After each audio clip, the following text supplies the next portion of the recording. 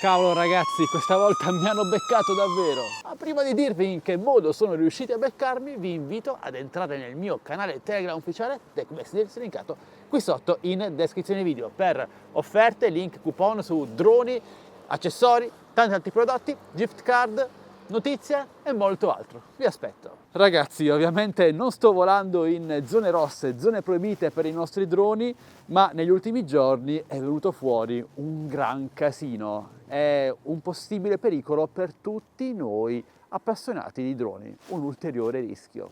Vabbè, ora vi dico tutto. Se infatti già tutti sappiamo che i nostri droni DJI comunicano in tempo reale le coordinate GPS, la loro posizione e il loro identificativo alle forze dell'ordine e agli organi predisposti di competenza, quello che ancora non sapevamo e che è stato scoperto da dei ricercatori è che i nostri droni DJI comunicano anche la posizione del pilota.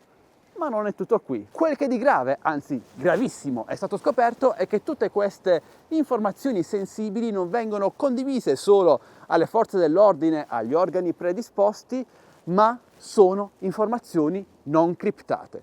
Cosa significa questo? Significa che qualsiasi malintenzionato, anche un hacker, potrebbe accedere alle informazioni nostre, del nostro drone, è il nostro identificativo. Cosa potrebbe fare? Beh, potrebbe fare un bel casino e farci passare un brutto quarto d'ora. Pensate se ad esempio quest'hacker si intrufolasse nel nostro drone e riuscisse a manometterlo in volo, a spostarlo in una zona rossa o far passare le nostre coordinate GPS in una zona rossa, in una zona vietata. Noi passeremo dei bei casini e poi sarebbe tutto da dimostrare alle forze dell'ordine. Questo è un caso limite ragazzi, è un caso estremo, ma è per farvi capire le falle di sicurezza dei sistemi DJI che per la privacy, beh la privacy è l'aspetto minore in questo caso, ma per la sicurezza ha davvero tante falle. Insomma ragazzi, volare nella legalità, cercare di volare nella legalità, perché è sempre più complesso, ma sarà ancora più difficile in futuro per colpa di